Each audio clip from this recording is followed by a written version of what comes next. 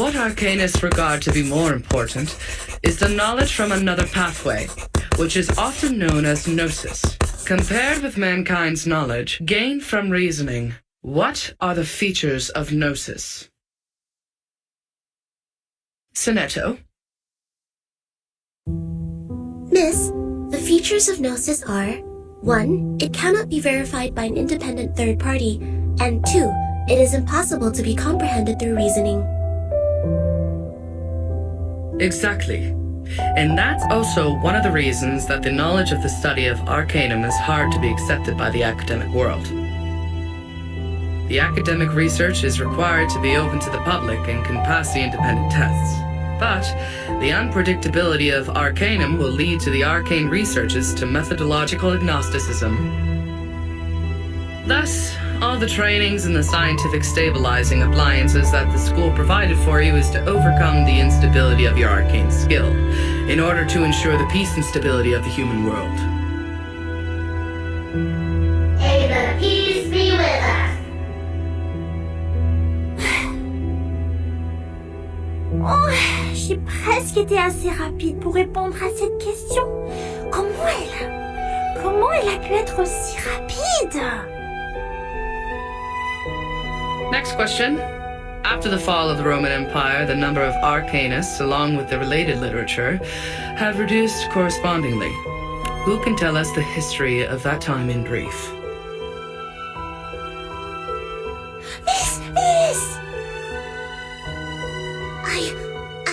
Miss, I know this one.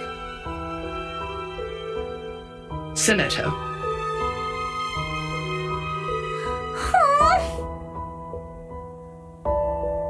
As the Roman Empire declined, some arcanists were tempted by the irrational side of their nature and applied magia naturalis in warfare and disputes over interests, which irritated the church and other powers of religion. At that time, people in Europe widely considered Arcanum to be the paganism that collaborates with the demons, hence the trials against arcanists. In response, arcanists struck back fiercely. However, due to their spontaneous character and the unpredictability of their whereabouts, their communication was unsuccessful during the fight. Both sides struggled in repeated battles. In the end, mankind, jointly led by both their religious and secular leaders, prevailed. Hein? Mais c'est pas possible! C'est pas ce que m'a dit grand-père! Miss, she's wrong! I know the right answer! All right, give it a try, Matilda. For what I know, it wasn't arcanists who started the war. The attack on Constantinople was waged by lordships in Western Europe to ransack the capital for resources and the literature of Arcanum. The nursery rhyme my grandpa sang for me tells me all about it. And long ago, arcanists weren't called by this name.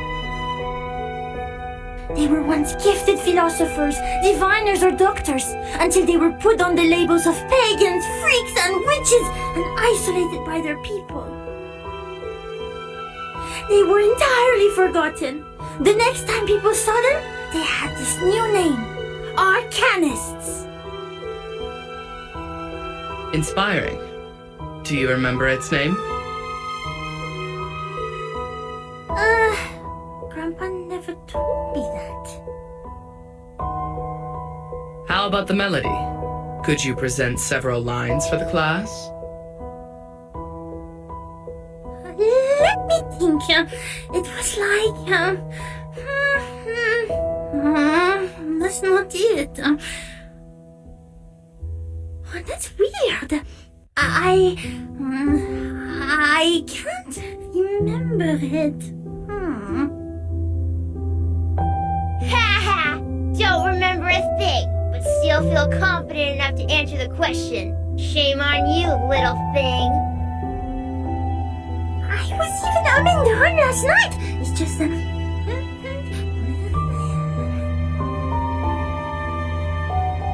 Sit down, please, Matilda. Sonetto is correct.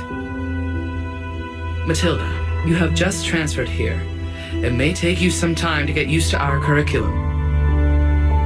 A rhyme can be used in studying folklore, but it's still different from a formal historical intelligence.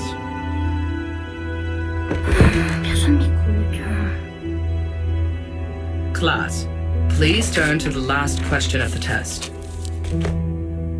After the Ottoman Empire seized control over Constantinople, Georgius Gemistos, a member of our Charon commune, also an arcanist and philosopher of the Roman Empire, traveled to Florence. He brought one classical literature of ancient theurgy into the city, which sparked discussion and later brought about the annual humanists' gathering, the Chaldean Conference, where the study of arcanum was debated over its use for mankind development. Who knows the name of his work brought by Gemistos? Miss, me.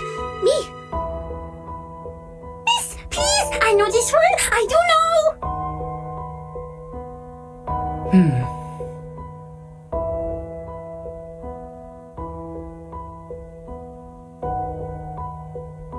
Vertin, do you know the answer to this question? Vertin?